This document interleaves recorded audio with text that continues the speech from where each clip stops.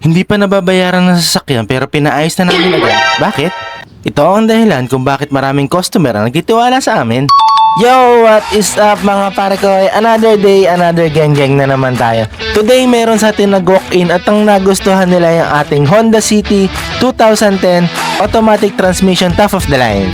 Habang ini-inspection nila sa yung unit, may napansin silang taga sa oil filter. Syempre mga par, hindi na kami naghintay pa. Noong oras din na yung pinaayos ko agad ng sasakyan.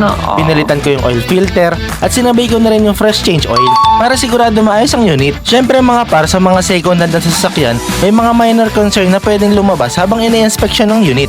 Ang importante, kapag may nakita, ina-actionan namin agad. Gaya nito, may napansin agad na taga sa oil filter, pinaayos namin agad. Pinalitan ng oil filter at sinabay na rin ng fresh change oil bago tuloy ang i-release ni bossing yung unit. At eto na nga mga bossing ko, eto na ang pinakahihintay nating part. Dahil naayos na ang lahat ng concern, tuloy na ang deal. Congratulations Sir Mark at maraming salamat sa tiwala sa paring Mekong Garage.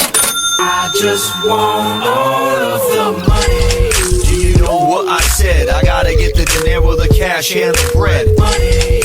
Do you know what I'm saying? I'm down to do the do just as long as it's paying. Money. Do you hear what I spoke? I wanna make some dough cause I'm sick of being broke. At eto na nga ang pinakamasarap na part sa bawat transaksyon.